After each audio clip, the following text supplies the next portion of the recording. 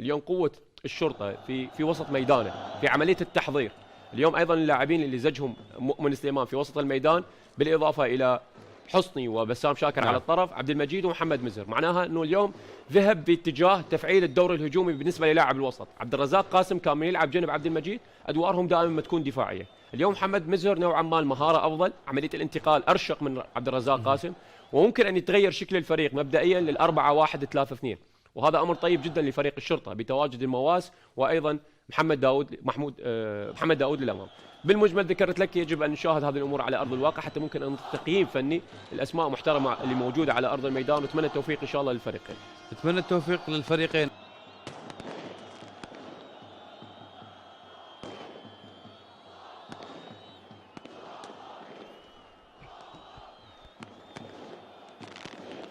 شكرا للزميل العزيز علاء هيتشل، شكرا للكباتن الكابتن خلف كريم والكابتن صفوان عبد الغني.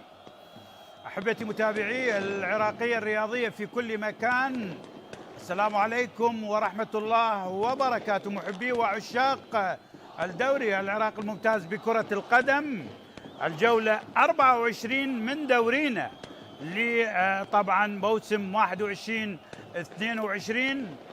زاخو يستضيف المتصدر الشرطة في لقاء مهم للفريقين. طبعا القيثارة بضيافة أبناء الخابور في المدينة التي تعشق طبعا كرة القدم، وواحدة من المدن الجميلة في كردستان العراق. طاقم تحكيم اللقاء الواضح بالصورة الدولي أحمد كاظم، ويساعد دولي آخر أحمد صباح، رضا عباس، أحمد عسكر. الشرطة في ضيافة زاخو اللي يبحث طبعا عن نتيجة طيبة طبعا الارتقاء بسلم الترتيب.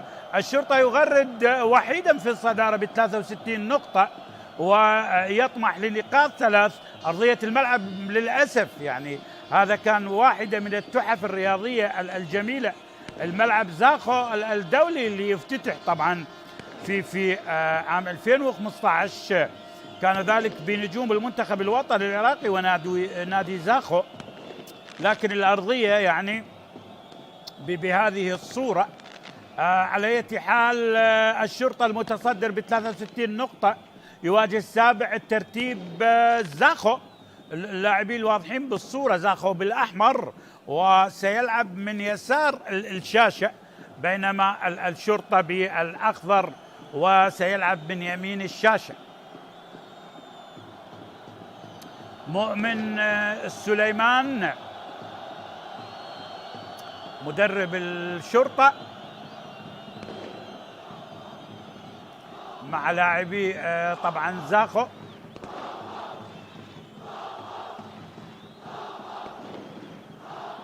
قراءة سورة الفاتحة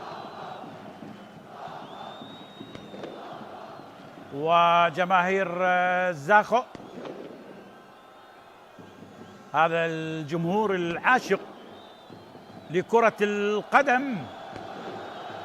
إذن أحبتي متابعي العراقية الرياضية في كل مكان، القيثارة هذا عبد الوهاب أبو الهيل طبعا مدرب فريق نادي زاخو، نتائج جيدة لهذا المدرب بمواجهة المصري مؤمن سليمان. الدولي أحمد كاظم وبداية اللقاء. إذن محبي وعشاق الدوري العراقي الممتاز لكرة القدم، الجولة 24 من دورينا لموسم 21-22. زاخو يستضيف المتصدر الشرطة في لقاء يقام على ملعب زاخو الدولي. القيثارة المتصدر بضيافة أبناء الخابور. طاقم تحكيم اللقاء الدولي أحمد كاظم، يساعده أحمد صباح ورضا عباس وأحمد عسكر كحكم رابع. زاخو المستضيف بالأحمر على يسارك عزيزي المشاهد، شرطة الضيف على اليمين بالأخضر. 20 انتصار، 3 حالات تعادل. أوليفيرا عالية داخل منطقة الجزاء، وهناك دفع وخطأ، حرة مباشرة للشرطة. الدولي أحمد كاظم جماهير رائعة. بينما هنا المصري مؤمن سليمان. نبحث عن النقاط الثلاث. شوف الكرة وأركان أمير والرأسية. أول لقاء كان في 2002 وآخر لقاء انتهى للشرطة وبنفس النتيجة عالية خطيرة. هذه الفرصة الأثمن. لاحظ داود مرت من سيبو وسهلة. سيبان صديق وأيضا قدموا لنا يعني سعد عطية، أمير صباح، مصطفى كريم، سعيد محسن ونور صبري. وتصل هذه المرة إلى عماد عيسى. لكن نجم القوى الجوية والمنتخب الوطني عرفتوه إبراهيم بايش ترى بداياته في زاخو. الله، هذا جمهور زاخو.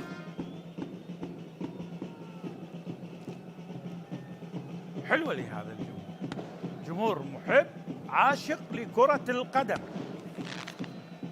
طبعا زاخو المدينة اللي تقع أقصى الشمال الغربي، طبعا على الحدود العراقية التركية.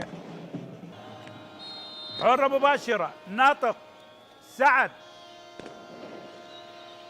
إلى الأمام، محاولة داخل منطقة الجزاء. داود الأنيق غير أنيق بكامل أناقته في هذا الموسم ب49 نقطة. كرة اللعب وبعيدة جدا إلى الركنية. اعتقد مست مدافع وركنية، قد تكون آخر كرة بهذا الشوط. حصني وكانت رأسية. من هناك مزهر عالية داخل منطقة الجزاء. وصافرة الحكم الدولي أحمد كاظم تنهي أحداث شوط المباراة الأول. الشوط الأول حبايب بين طبعا زاخو والشرطة على شوط طبعا غير ملبي للطموح، خاصة من القيثارة المتصدر، تحفظ زائد من يعني عن اللزوم، وشوط أقل ما يقال عنه وسط دون الوسط. مزيد من الحديث طبعا عن ما جرى بشوط المباراة الأول مع الزميل العزيز علاء هيتشل. هيتشل لك الكلمة. شوط المباراة الثاني بين زاخو والشرطة لمن التحق بنا الآن. طبعا الشوط الأول انتهى بالتعادل السلبي في مباراة لحساب الجولة 24 من دورينا الدوري العراقي الممتاز بكرة القدم. على ما يبدو أول تغيير، رمضان صديق أو سيبان صديق يترك المباراة إلى محمد عبد الكريم اليسار. محاولة الآن هجوم لبسام شاكر، عملية تمرير للمواز وخطيرة مرت في أول تهديد. جماهير زاخو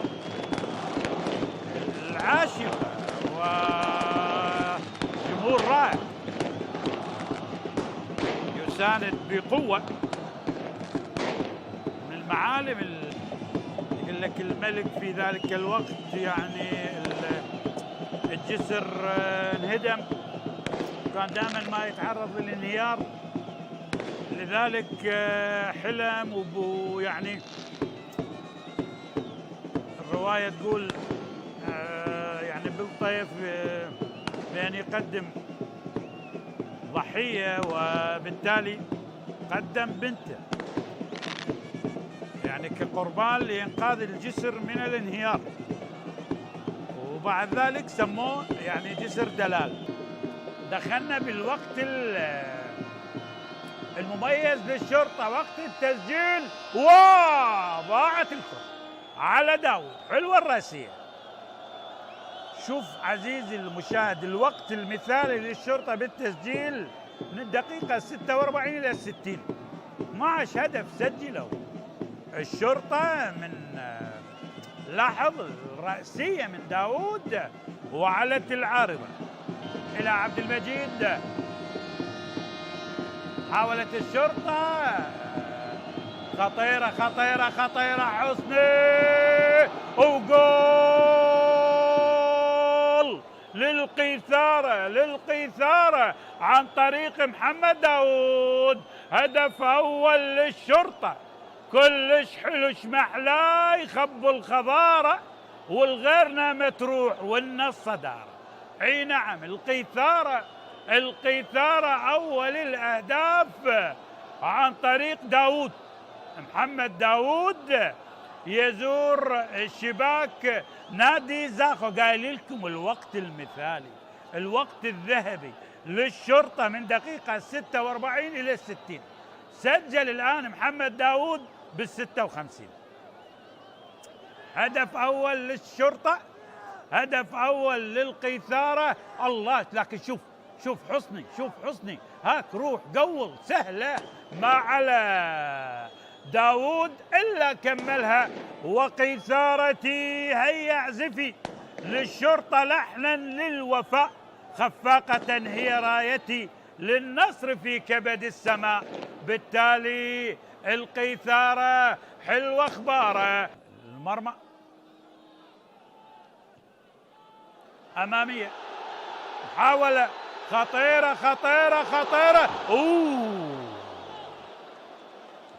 سفين أمين وبعيدة. لاحظ الرأسية من سانتوس. سفين وين يا سفين؟ انت بديل، مفروض تسديد على الزاوية البعيدة وتكون بديل ناجح. أكبر فوز للشرطة هذا الموسم ب 3-0 على سامراء ونفط الوسط. تسديدة، الله، عدل زاخو للكاميروني. هدف التعديل لزاخو يعدل عن طريق تقد الكاميروني. هدف التعديل الجميل. بالتالي حرك المدرجات. فرانك سيدريك برأسية لزاخو يعدل الآن برأسية جميلة. 1-1 الآن. الكاميروني الأفريقي يعدل لزاخو. جول جيجوانا. الله، هدف جميل من برازيلي إلى كاميروني في شباك الشرطة. صعبة على أحمد باسل. الله، عدل الآن لزاخو.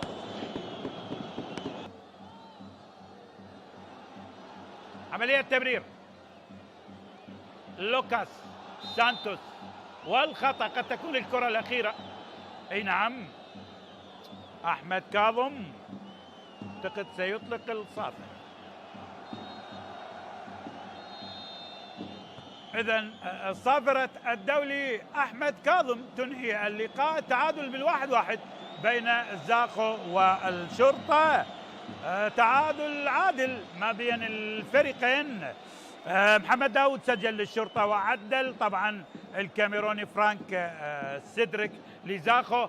تبقى الشرطة طبعا بالصدارة ب64 نقطة.